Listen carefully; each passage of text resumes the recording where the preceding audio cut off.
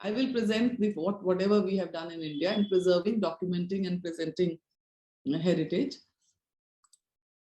So there are these, so this will be the contents or the flow of my lecture. I'll speak of the initiatives in India for preserving heritage. Also then show you how Vizara has come in. I mean, this is what Dr. Yang already told you. This is the a startup, a tech startup that I co-founded in 2016. And then how we have used augmented reality, so AR, VR, artificial intelligence, and 3D printing in preserving. So let me take you a little back. In 2010, what was called an Indian Digital Heritage Project was one of the first initiatives of Department of Science and Technology of the Government of India, where they actually wanted, the people from the tech background and people from history or heritage or researchers, those kind of backgrounds, to come in and together focus on creating new techniques for digital preservation of tangible and intangible cultural heritage. So we were actually about 27 technology and social science institutes who worked together. So we decided to work on one site. So today I'm going to introduce to you, maybe some of you already know, is the UNESCO World Heritage Site of Hampi. It's in south of India. The plan was that the same techniques which we developed during this, it was a research project, will be applied to other Indian sites and monuments. And after that, we will also, motivate maybe tech startups or companies to come up and translate this research into commercial products. So this is, I'm going to now show you a few slides so all of you get an idea of this landscape, which was Hampi. It's, what we know about it is from 15th, 16th century AD onwards. And it's a very interesting landscape where you have these, if you look at the natural landscape is of rocks. And there are large hills which are made up of the rocks which are placed on top of each other. And it's very interesting because when you go there, it looks like each of these rocks is going to fall, but it doesn't. So there is a very, this aspect of Hampi which is naturally very beautiful and interesting. At the same time, there was a dynasty called the Vijayanagar dynasty. And this is from 1336 AD to 1646 AD. This empire was there. And then, of course, it went down after a while. But they had set up and they had created these very beautiful architecture. So the architecture is very beautiful of Hampi. This is the location in case any of you are interested. This is India. And in the south of India, there is the state of Karnataka. And inside Karnataka, this is, one corner of landscape. If any of you know the city of Bangalore, it's a metro city in India. This is where Hampi is located. There is a unique aspect, and why we picked up this whole UNESCO heritage site was it has a river which goes through it, and it is got amazing ruins of a metropolis which was very, very advanced for its time. And it had military, civil, religious, residential, and secular remains amongst most picturesque hills. And as I said, the river setting is there.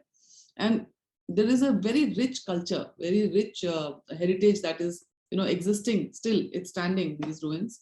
And it's nice to go there and see it. I really invite Dr. Yang, when times are better, to really bring your students and come to this, beautiful heritage site, because the architecture, sculpture, paintings are very beautiful there. This, I had said, this is the setting of the ancient capital. It was the capital of the empire, where you have a lot of these hills. And literally, these hills are not made up of one rock. They are made up of many rocks. This is how, they are large boulders which are placed together, and literally look, one always wonders how the gravity really works there. Every time I've gone there, I've found these spaces where I'm really interested to find what is really holding these boulders together. There is a famous river called Tungbhadra. It's one of the large rivers of the south of India. You will find a lot of gateways, so which are still kind of standing. I mean, there were a lot of marketplaces. It was a very thriving, very, one of the most populated sites in India at that time. In 15th, 16th century, I was in fact told that they had diamond markets. This is the place where a lot of diamond and gold was also sold. So you will find that there are a lot of these archaeology and excavated sites which are existing here still. And we are still, in fact, Archaeological Survey of India is still doing more excavations here. We are still finding more and more, evidence of a very beautiful and very advanced culture in these landscape. So this is, so we also find that there are about 6 or 7 large temple complexes. And what you see here was a bazaar street. If you understand, a bazaar street is a market place, but it is like a street. So there was a lot of trade and a lot of visits from international visitors which used to happen to Hampi, and they had these large, this one line row that you see is a market street. This is the kind of complexes that you find. These are, the architecture and the, I would say, the geometry of these complexes is very interesting, because you would typically have a gateway. Can you see my mouse when I move it, Jen? If I'm pointing to a structure, is it visible what my mouse does or no? Yes, we can see a mouse. No problem. Yes. Okay. Okay. All right. So I just wanted to point to this place that you would typically enter a complex through what is called a gopuram. This is a structure which is with very beautiful carvings. As you enter the temple, you would find that there will typically be a shrine to a smaller god. As you further on enter, in the most protected area would be the main, called the sanctum, where you have the main deity or the main god and his and his consort or will be there. And this around here would be, smaller temples or smaller even marketplaces. You would have all the temples in India mostly have a place where they would perform dances and rituals. So some of these structures that you find here will have, spaces for people to perform a dance. So the temples and these complexes were also places of community. So the community would get together and have these, a kind of cultural exchanges. So a lot of the area around has, even today, they have villages and they have smaller spaces where people are still living. They all still come to these temples to be together. So it was a very interesting cultural aspect to these religious places. So the cultural landscape, as I said, so 1 or 2 temples are still living. I would say living in the sense that festivals and rituals are still performed. Everyday praying also happens. People come and they are here. So I don't know how many of you understand the Hindu religion, but this is where they come and pray to God every day. And some of these places are still living in that sense. The ruins of Hampi are very beautiful. They integrate with the rock structures. They are made out of these rocks. So what you see here, constructions are all actually from this rock and from granite, which was brought from outside. You are architecture students, so I'm going a little more in terms of architecture. Now I'll start getting closer and closer to these. So if you see the intricacies of this whole structure, and this is how most of the structures are, that you always are about 6 to 7 feet. So you have to climb into a temple, and you have the pillars. Each pillar has got stories, and each pillar has got carvings which tell different stories. These are also what are called musical pillars. So this is a very interesting aspect of the Hampi temple, which is called the Vittala temple, where if one is able to bang your hand on these musical pillars, you can actually create notes. So there are many people that I know can create full songs. So and where the notes come from, so different notes of, can be generated of which sound like somebody is playing a drum or somebody is playing a musical instrument. You can actually generate these sounds just by, banging your hand onto these pillars. They are called musical pillars. They are very famous. And we actually simulated these musical sounds when we presented our exhibition. We were able to do a simulation of this, which I'll show you later. So this is many of the sacred, it's about 85 small and large temples and structures are in Hampi. These are the kind of ornamental features where there's a lot of carving. And this is all coming from 14th to about 17th century.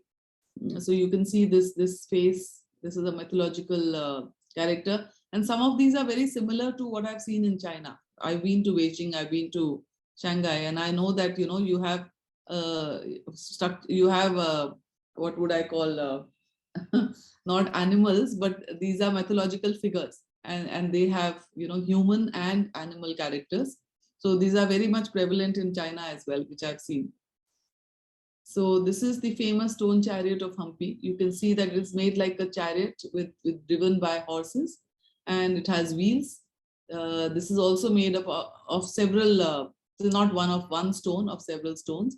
This is about a 30 feet high statue. This is a famous mythological figure. It's actually revered as a god, where you have the face of a lion and the body of a human. And this is called a Narsimha. Nar means human and Simha means lion. So this is also a very famous character, comes from a lot of stories. These are living traditions and living villages around Hampi. I'll just move on a little faster now, I think. These are art and crafts which are really thriving and surviving around. And these are folk traditions. So you have, you know, every festival, every 3 months, where a lot of people congregate and they do things together. There's a lot of singing, dancing, performing, drama. All these performing arts happen during these traditions and rituals. So, you know, coming further into what the project was supposed to do. When we were shown this whole landscape, we realized that there are so many aspects. There is art, architecture, there is tangible, there is intangible, there is, you know, sculptures on one hand, paintings on the other hand, and you have to understand the social life which happened at that point of time. So the whole project was broken up into 4 aspects, where we were supposed to model and represent tangible heritage using technology. We were supposed to analyze and attempt a digital restoration of artifacts which were broken, because these are ruins. We were also asked to look at archiving of intangibles. So what was the social life like? What were the traditions like? So you look at recreation of, you know, past scenes, and even look at live events and digitize them. And then there was also a talk of explorations with all this data. So what Dr. Yang said at the end is, you have 1, 2, 3 things that you do to digitize. But at the 4th, what do you do with all this data? So then we were asked to create, you know, applications which will be mobile based. They'll have AR, VR. You look at linkages of all this data so that you create some kind of a semantic access. And the other one was that you create a knowledge bank of all these digital artifacts. So this is, again, I've been saying, the mandate of Department of Science and Technology. It was a 4-year project, and it was a very close contact with the Ministry of Culture in India, where Archaeological Survey of India is the partner. So here I'll just show you very quickly how we looked at attempted different things out of the 4 or 5. I'm only showing you, there were about 17 technologies which were really created, but I'm looking at about 5 of them. So first was, how do you acquire data? Cameras, laser scanners, depth sensors were used to actually capture a huge data set of about 25,000 to 30,000. I'm sure all of you are already using these technologies while you are studying, or Dr. Yang is very aware of all this. But this is how we typically create or digitize data which is tangible. So from single views or from multiple views, you reconstruct and do a large scale reconstruction of data. You also do a walkthrough design. So you would come up with the design, how you can walk through these large complexes. Going to smaller aspects of it, you break it down into different reliefs and different sculptures, and how you recreate these. And so this is a digital model of this. This is that stone chariot I showed you. This is a digital model of the stone chariot. How from point cloud data and laser scanning we've recreated them. There was also an attempt to look at digital restoration of missing artifacts. So the stone chariot of Hampi looks like this today. In 19th century, there was a historian Greenlaw who, and we found his photograph, which showed the chariot to be looking like this. So there was evidence that there was always a top, which was part of, which is missing now from here. So we attempted this. What you see is a 3D printed stone chariot. I'll in fact show it to you just now. I have it with me right away. And we attempted a conjectural reconstruction. So, so we drive a part which is like this. So the stone chariot starts to look like what it may have been. Now, this also involved a lot of research at the existing art styles of, similar structures, so that the geometric and photometric completion was only using some priors from similar structures. And this, I feel, really helps, because if you are doing digital simulations, you can show the chariot as it may have been. You can also show it in future, with wear and tear, what will really happen to it. And you can always create the physical replicas like this, which further help in visualizing if you are really, and I could visualize a reconstruction in a different way. So recently for children, we created an application where we left it open to them that if they were given, this kind of a structure, how would they like the top to be? What do they think as an architecture student? How would you make it more, in your version, what would be this structure like? And those are the kind of things which are interesting, because in digital mode, you can do anything. In 3D printing also, you can try and recreate a structure as it is. So there was another thing attempted, was that you have, selective image in painting for murals. So looking at pixel to pixel patterns of what was in terms of digital patterns that you recognize, and use artificial intelligence techniques to actually try and complete a painting, and at least in digital mode, you can completely do it. This will also help ASI or people who are doing conservation to maybe do a better job. And look at the paints and look at the materials that you use. We could actually support them in completing these paintings and using different materials. And then again, after you have conserved it over a period of time, how would this material degrade if you used a certain kind of. So in India, I don't know how it happens in China. In India, a lot of organic material is used now to be able to do the reconstructions, because they realize that using chemicals actually harms the site and actually harms the the actual artifact that you are trying to preserve or conserve. This is the temple, which was in ruins. Using again digital mode, we were able to recreate these visually. We were able to recreate this. These parts were missing. So whatever you see by hand. So a lot of conservation architects, a number of conservation architects were involved. So they kind of looked at the geometry of this. They also look at, as I said, priors, and they attempted a reconstruction of all these buildings. So what you see in gray is the conservation part, and the missing broken parts were then conjecturally reconstructed. The second other side was using a lot of intangibles, so documenting social life. A lot of paintings and a lot of mural paintings, a lot of reliefs were studied very closely, and they came up with all these patterns of clothes. They came up with different ways that people used to tie this lower garment, which is called a dhoti, and the different styles in which they would tie it. And again, what kind of colors, what kind of patterns, what kind of things were worn by them at that point of time.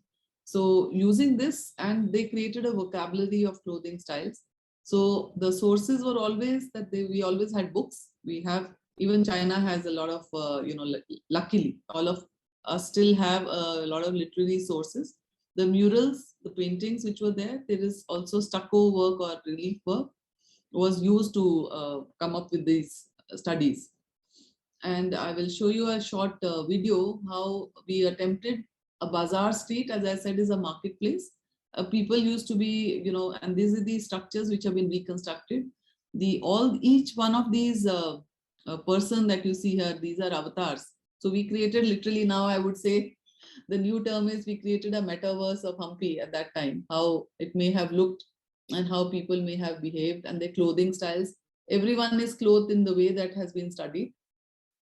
And also this is a very interesting observation. They realized that Indians were taller probably at that time because of the what they find in terms of the parameters they have studied from the reliefs, and they are assuming, or maybe it's just a theory, that they could have been taller. So I'll play this video. Chen, just tell me if it doesn't play all right. Huh?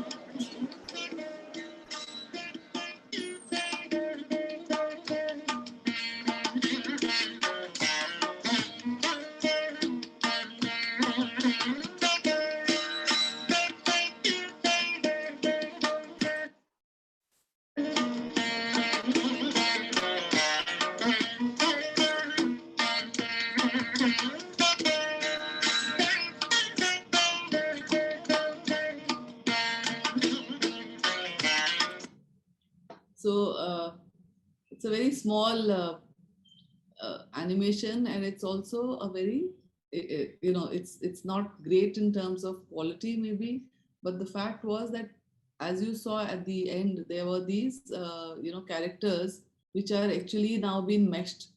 So you have mesh models of all these, and you can always texture them better. And if you all understand what a mesh model is, a mesh model is that you have created digital avatars of each of these, and I can then use rigging and animation to actually create much better and much nicer animations. But all these digital assets were attempted, and also it was a academic project. So later on, as Vizara has come in, we started creating more interesting animations. And the whole idea was an architectural reconstruction of these streets, and also creating some kind of personalized avatar. So I can create my own character of Hampi. So as I keep saying, at that time the terms were not there. Hopefully most of you will go ahead in the metaverse world that is coming up and create the kings of maybe the Beijing royal palace. You could recreate that and create these characters. That will be very interesting. Jen, you want me to take a break here and discuss, maybe somebody has some questions, because now I will move on to the next chapter of this lecture. Yeah, we saw the video, and normally we don't have break in between the two classes. Okay. So if it is okay, we just go ahead, and we just saved all the questions in the end. What do you think?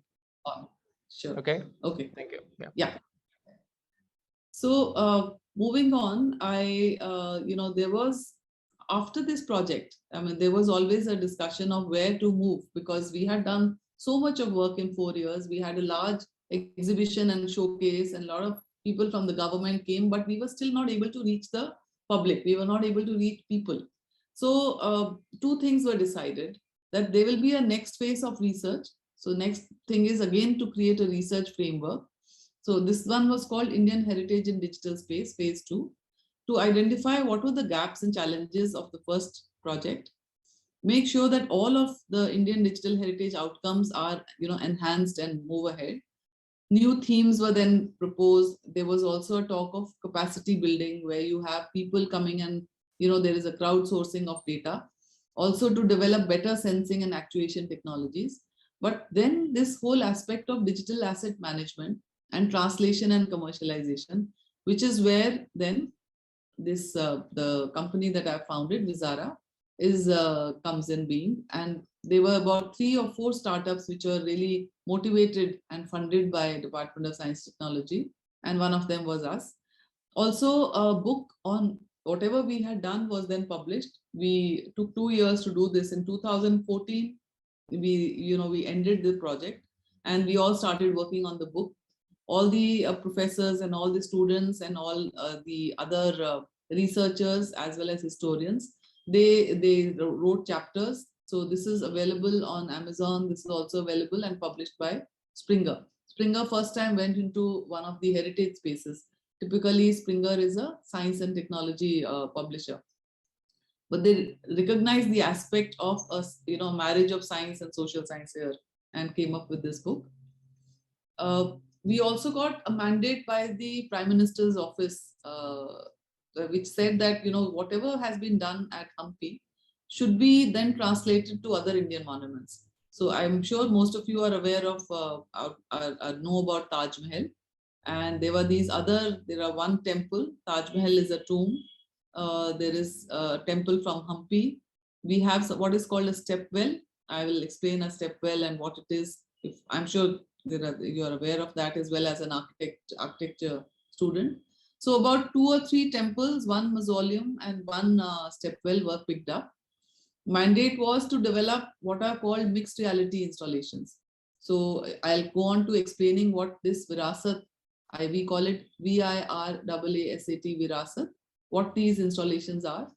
And again, I mean, we were involved as a startup. We were given a tie-up to work with academic institutes and create Virasat installations. Another one was that they wanted to create a mini spectacle of Hampi. So whatever had been happened research, create some installations which will be a room size 2-scale replica. So what you see here is literally a replica of the temple, but of a larger size, of maybe a size of a room which is 40 feet by 20 feet. And not only are these 3D printed, there is also engagement in terms of you can see holograms or you can see any kind of actual intangible or social life recreations inside these. So this is what was attempted. I will show you a video of this exhibition. It took us 2 years to actually work on these outcomes and come up with them. So this is what is Virasat. It's the size is almost about 8 feet by 4 feet size table. There is a replica of the monument site on the table, and this kiosk actually has projectors and cameras. The people then interact with this kiosk through game controllers, and they can also interact with laser pointers. I will show you one of the videos. You will see that you can actually see 5 of them. This exhibition had 5 of these installations, and the public could come. A lot of children in fact came and they really enjoyed. It is like a gameplay, so you can actually access this screen using a game controller. You have a full walkthrough of these sites, and there was also a game that we implemented, like a treasure hunt game, so you can play games. On the other hand, we had a projection mapping show. So people could watch a show where there is light and sound, the digital, whatever happens on the digital screen. And there is also a projection on the 3D space, which is the replica. So a coordinated, synchronized show would happen where they could really enjoy and learn the story of the history, the mythology, or whatever. In Taj Mahal, there is actually a love story as well. And so this exhibition was there at the National Museum of India in New Delhi, and it is still there. In fact, it has moved on, and I'll talk about that later. But visitors could really have personalized experiences here, and it was very, very popular. We had a lot of footfall. Unfortunately, it was right before COVID happened in India. So this is January 2020, where we showcase this. You can see the small details of the 3D printed, pillars of Hampi.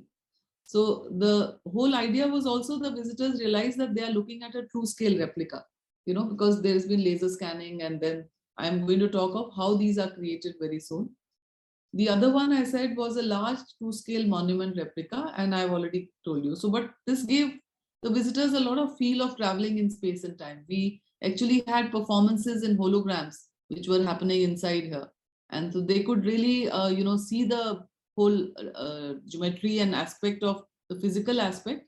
And then they could look in and actually have a hologram, a dance or a ritual really happening, and enjoy that as well with the authentic music, authentic costumes, and the jewelry and everything which used to be worn by people of 16th century, 15th century AD. I have a video of the exhibition. So in case, again, it doesn't run, I can show it to you later through a different mode. But at the moment, I'm just showing you a video of this exhibition. It's a 3-minute video.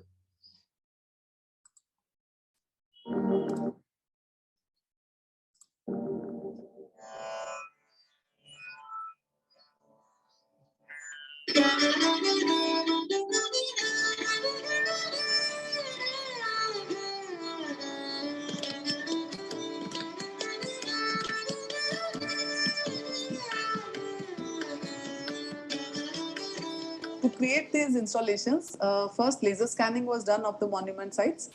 The laser scan data was then converted into digital models. And after that, the digital models were used in 2 ways. One was to create virtual walkthroughs, and the second one was to create 3D printed installations. Finally, everything was integrated so that you have these mixed reality installations.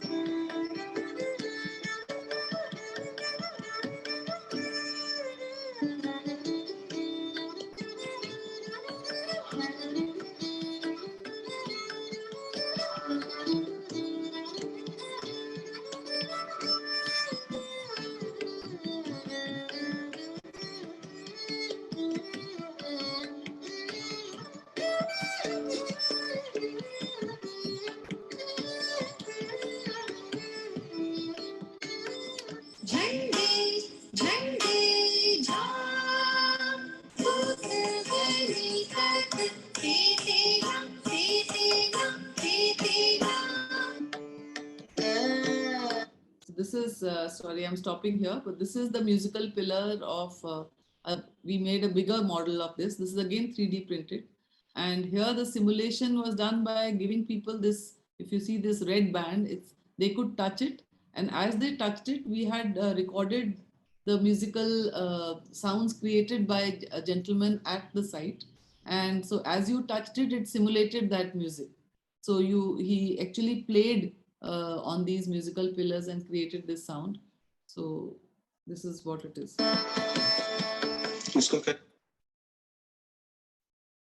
Sorry, stopped somewhere. Okay.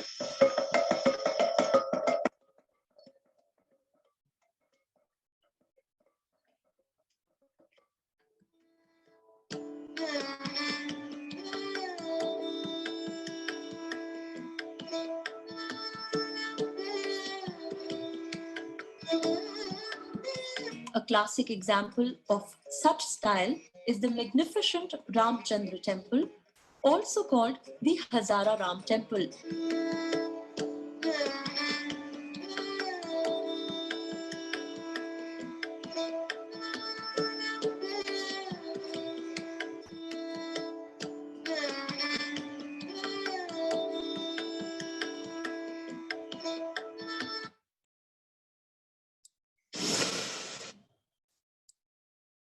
So now I'd just like to explain how we developed these kiosks, which were called the Virasat kiosks. So I'm taking up the example of one of the temples of Hampi called Hazara Ram temple. So this is a 16th century temple. It's a UNESCO World Heritage Site of Hampi. Here you see some photographs. So this is how the temple architecture, it's a typical gray granite, which is now, I think, got covered with dust. So it's kind of brown in color. Beautiful pillars. These structures are, are kind of ruins. So they do look old because of wear and tear. So first thing was that a 3D laser scanning was attempted and a complete point cloud data was created. This took us about 3 days, 3 to 5 days to laser scan a full complex. Then what you come up with is a laser scan data, which is like a point cloud. And some of you may be aware, and I don't know if you've already been taught about this. So point cloud data looks like this. Now, the point cloud data is huge. It's very large because you're taking, the laser scanning is being done at 0.1 mm and 0.2 mm of detail. What we need to do when we process this further is to break it down into smaller parts. So in this case, we picked up, let's say, one part, which is the main mandap or the main structure of the temple. So this is how the point cloud data, one of the main shrines of, so the main shrine of the temple looks like. In fact, it's very interesting to do point cloud visualizations. Today, we are doing a lot of point cloud visualizations for people to see. I really don't have the video with me today, but maybe in one of the next sessions, I will show you. But this is how the point cloud data looks. And then you have to do what is called meshing and create mesh models. So again, you break it up into so many parts. So here, as you can see that we numbered and named the parts which we are going to break it up into. So very small structures because you have to do a lot of detailing here. And also your softwares which are generally available. There is a software called Geomagic Grab. There are many other softwares which can, convert from point cloud data to mesh data. But we had used what is called Geomagic. And only thing is that you have to really break up the whole structure into much smaller parts like this and then work on it. Once you have mesh models on one side, the other aspect is the geometry. And so we also created 3D CAD models of each of the temple structures. They can also come out of data, but we also use Autodesk Revit for this, for CAD modeling. And once you have the geometry as well as the mesh of the structures, each one of them again, you can come up with, these kind of images and this kind of digital models, which are called mesh models. But typically, so let me go back a little bit. So the mesh model that you create here, you can really use for showing digital walkthroughs. But if I have to do 3D printing, I may find there are certain gaps and there are certain parts which are missing. In which case, if I go and do 3D printing, there will be a mess because the 3D printer cannot really print gaps somehow. So we had to do a little bit of work and create a little what is called sculpting. And this is hand done so that after the sculpting, you have a full structure like this. And so we kept on looking at reference images, etc., and completed these models to look like this. After this, I can take it to the process of 3D printing. So here, after we had enhanced the mesh models, so these were the completed structures. And we also can't 3D print a large complex. You have to 3D print in smaller sizes and then maybe bring the whole structure together. So once this was done, then as you see that typically your mesh models or the software which generates mesh models only does it in like a single color. It still doesn't look like the temple. So then you have to do a texturing. So you create texture maps from your data and you do texturing so that at the end your temple or your digital model can really look like the real structure. So after texturing, this is the effect. There is texturing, there is lighting, and I'm sure people who do 3D modeling or understand 3D modeling, they would understand how we have given this whole. So look at it again. This is how you get from the mesh model softwares. You may be able to create this. There's still some hand holding required. But after you're doing texture mapping, you would really look at this. So it's like creating your, when I have to create an avatar of a human as well, I would come up with somebody which looks like the figure looks like a human character. But after texturing only, it will look like you, your face, your hands, the way that your skin, that your clothes that you wear. So this is like literally clothing the model which we have from mesh to a textured model. So this is how we finally created all these different structures that we had with us. And then again, we created a full digital replica of the whole temple once we integrated these. Once you have the virtual model, then we used game engines like Unity and Unreal. There are two game engines that can be used.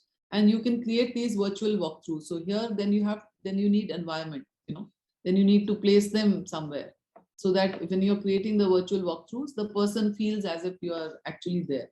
So we have a very interesting VR walkthrough of our Hazara Ram temple. I've already shown it to you on a screen. It can also be, you can see it on a virtual headset as well. So these are the physical models. The time. Chen, please point it if I am going over time. I still have about 20 slides to show. Will it be okay? Yeah, the time is okay. We have plenty of time. So, All right. Because I do tend to get carried away when I'm talking to students. I really enjoy the fact that, probably they are learning something. Yeah. Sorry. So here is the 3D printed raw structure. So you see now that what we did here was we had a digital walkthrough. We had all these parts which were placed in a digital walkthrough to create the full complex walkthrough.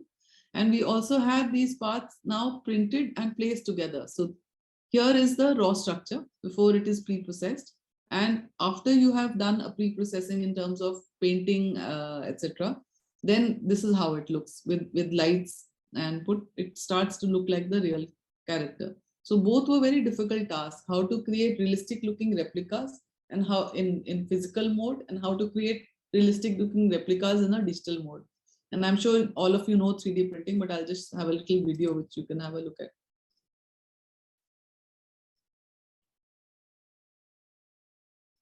And this is this Gandhi statue that, if you are aware of Gandhi, I don't know if you can see this. Is it visible? The statue of Gandhi? yes, Then you have to. we can see the structure. Yeah. Right. So this is what we had actually 3D printed here. And of course, this is a time-lapse video. This takes about 17 hours to 3D print. It doesn't print so fast. It's a time-lapse video which you saw, so it looked as if it happened in a minute. But it has got all the details of his face. It has got the details of his hands. It's even got the details of his cloth that he's wearing. And so this is, this is the kind of detail that one can come up with. I'll show you the other ones later.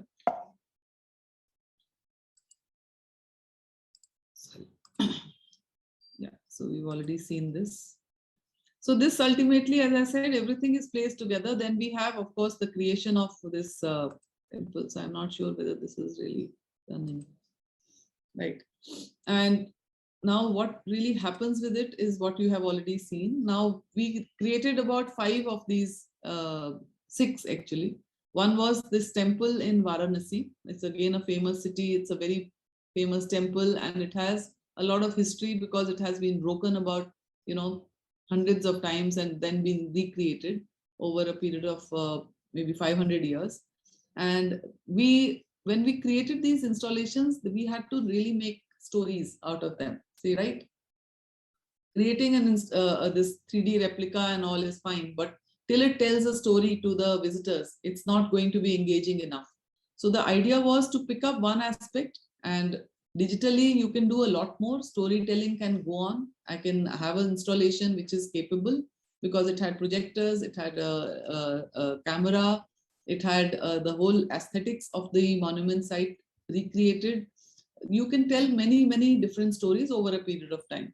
So here we picked up one aspect where the faith aspect of the Hindu religion here, because a lot of people go and it's a living temple.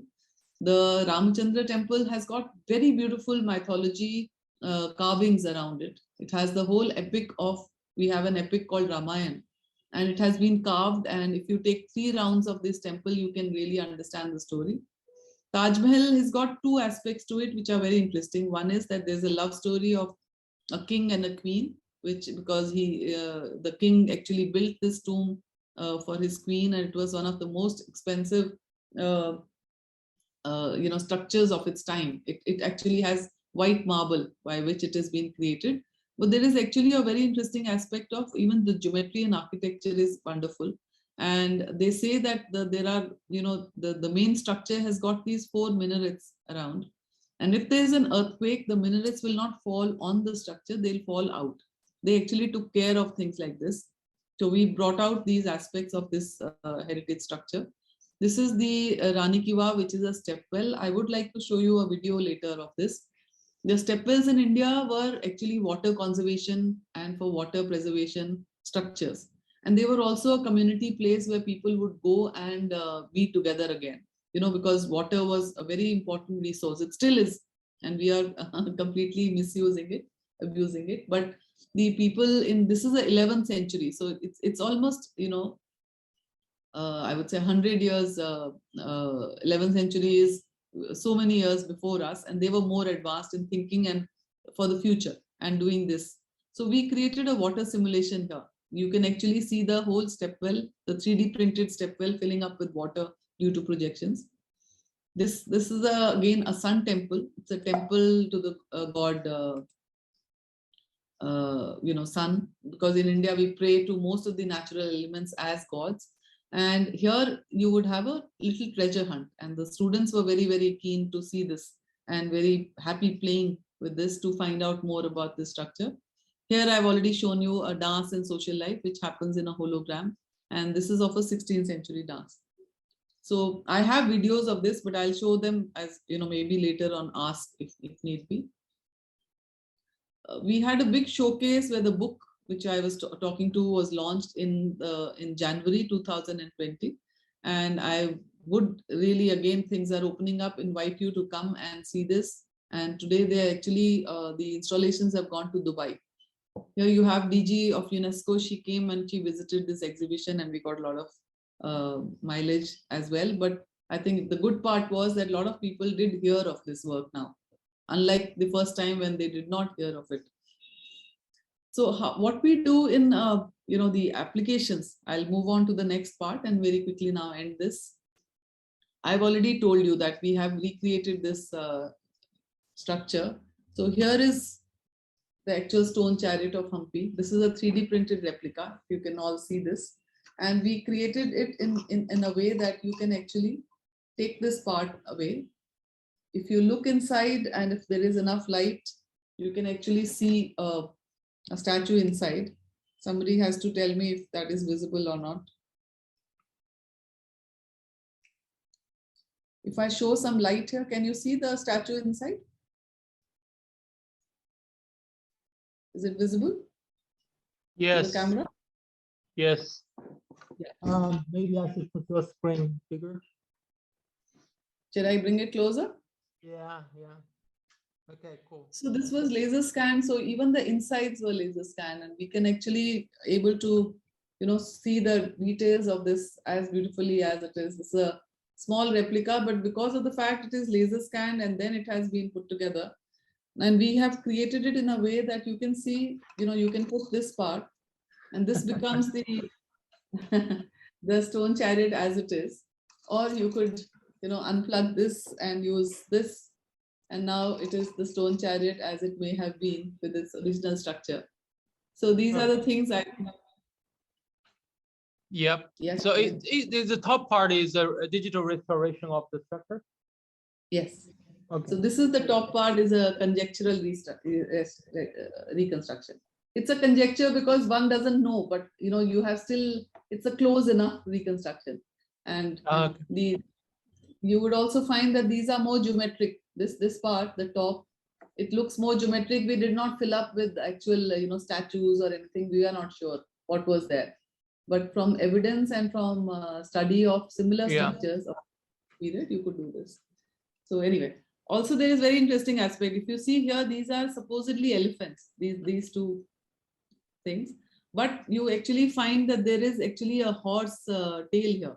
So originally there were horses which were built, but I think ASI just placed these two elephants because they are very popular in Hampi. So we tell these stories through an AR app. I'll show you the app which we have later. So this is it with 3D printing, as I said. Now we actually have all these heritage memorabilia that we have created, and Wizara does promote them. We want them to reach each and every household. We want a lot of people to take them home and buy them and see them and understand the history. With each one of these heritage replicas, we have an AR app through phone. So if you take the Taj Mahal, you would get that story of how the minarets of Taj Mahal will not fall on Taj Mahal. With the statue of Mahatma Gandhi, you actually see his signatures in 16 languages, and all of that happens through the app which just plays on your mobile. And this is the Kashi Vishwanath replica. It shows how the golden, when it was without the golden cover, and then how the statue has, what are the gods and what are the other aspects of this architecture as well as mythology recreated. So we create these marker cards. So this is a marker card, right? And this goes when you actually purchase this goes with this. And this is works as a, if people understand what AR is, you actually point your phone, it's like a QR code, literally. You point your phone at it and the app gets triggered. The whole information is triggered. You actually see a digital replica of the stone chariot come up in front of you. You can, on your phone, you can play with it. You can turn it around. I have some video which I'll show you for this. Just give me one second. Yeah, so it is a QR code for virtual model. You can Yes. actually Yes, view you it. can. Yes, I will. I'll show the Play Store. I'll share the Play Store, the app, and I'll share this image with you. And maybe you guys can just try it and give us a feedback of whether the app works well and whether we need to do something better. Okay. Yeah. Right. So this is one of the there are many of them. I have one video which I can probably show you so very quickly of this Hampi lotus. So this is the another one. This is called a lotus temple. The structure and this thing is very beautiful. And if you can probably see it better in this video, I just hope it runs. It's gone on YouTube. Just give me one second. You can't see it, right? The video? Not yet. Okay, I will not play it from here. I will actually.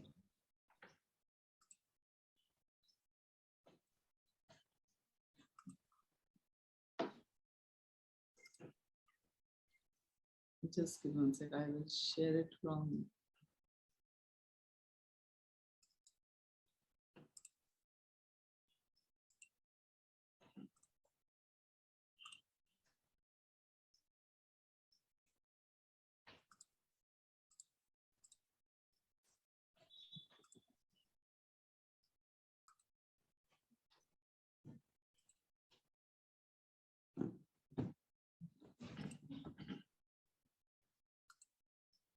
Is this visible? Yeah, it's coming. Yeah.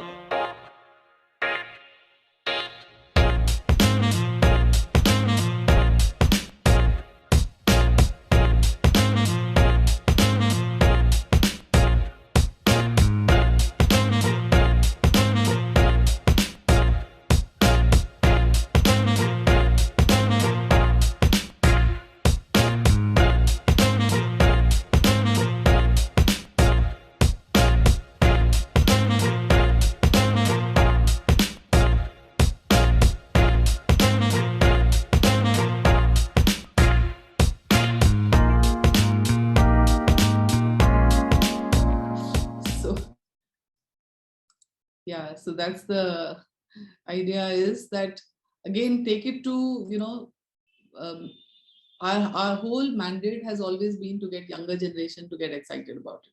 So we've taken it to schools, we've taken it to as many webinars as possible, and get everyone excited about the fact that you can play with heritage as well. You can learn while you play, and you can be engaged and feel proud about it. So I think this is the main idea of creating these 3D printed replicas, creating these AR apps. There is information, and then also get them excited to visit the site.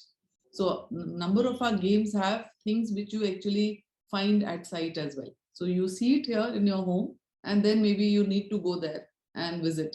And unfortunately, in COVID times, sometimes it has restricted people from going. So then we have created mobile-based VR apps. So you can wear, just get a Google Cardboard, put your mobile into it, and then you can be having an experience of being inside Hampi.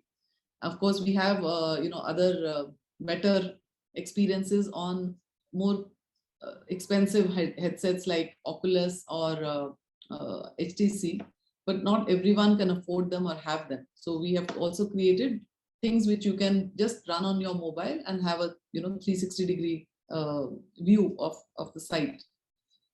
So this I think I've already done. So just coming to the last few bits, there is all the books which are available, which have been Digital Hampi is one book, and even on the more technical or computational approach, if somebody is interested to find out, there's another book called Heritage Preservation. This book was my own PhD monologue. So coming, and I'm just talking a little bit of our company, Vizara. I have two mentors who are very senior academic, professors, and they are both mentors. One of them is the director of an institute, another one is a professor at Indian Institute of Science, Bangalore. And we started this company where idea was to work towards heritage in digital space, to do what you guys are doing in your college, and we'd be very happy to engage. And we are very close academic connect in India. But the other domains we want to move is obviously because of the fact that you can educate people about this. So education, entertainment, healthcare, and those are other things because of the fact we have the skills of AR, VR, AI, and 3D printing. Our idea is to, completely, when using for history, just change the way people engage with history and heritage. And I've already spoken enough about it. So, but our expertise lies in VR, in 360-degree VR, as well as in, computer-generated CG VR, in AR, which is you using mobile phones or your tablets, and even in doing things like projection mappings. Our journey, I would say, started with the IDH project, which I told you about. We were able to do digital documentation of the next 4, World Heritage Sites. I've already also discussed that. First showcase that we had was in January 2020 at the National Museum in New Delhi, which I showed DG had visited, and we had a good boost. With that, we got very closely engaged with the international arena and a lot of people globally who are working in the same field, and we got to learn from them. We have created, for Mahatma Gandhi, if you are aware of him as a very well-known, world-known figure, we got an opportunity to create 360-degree VR movies and also AR, VR based exhibitions, so that the 150th year of Gandhiji was celebrated in 2020. Currently, the exhibits which you saw, which were lying at National Museum, have moved to Dubai. So the Expo 2020 at Dubai, which is happening from October to March, has all of our replicas. They are being placed at the India Pavilion there. So again, if any of you get a chance to visit Dubai during the next 4 months, please do go to the India Pavilion and see these replicas which are there. And our next plan is to take them to Europe. To UNESCO has shown an interest in putting up this exhibition at the UNESCO House in Paris. So we are also being advised by the Foreign Secretary to take it there. And I would love, if I was to come to, if this really happened in the way it did, maybe one day we'll get a chance to bring it to Tongji University in Shanghai and set up and showcase these exhibits. This is the National Museum. You've already seen enough photographs of this. This is the Mahatma Gandhi's dome. So there is, there is actually an institute where they set up this dome. You walk inside this and you actually have a 360-degree view of his life, his values. This is Expo Dubai, where this is the showcase of the India Pavilion where things are happening. I do have a short video which I'll just show it to you.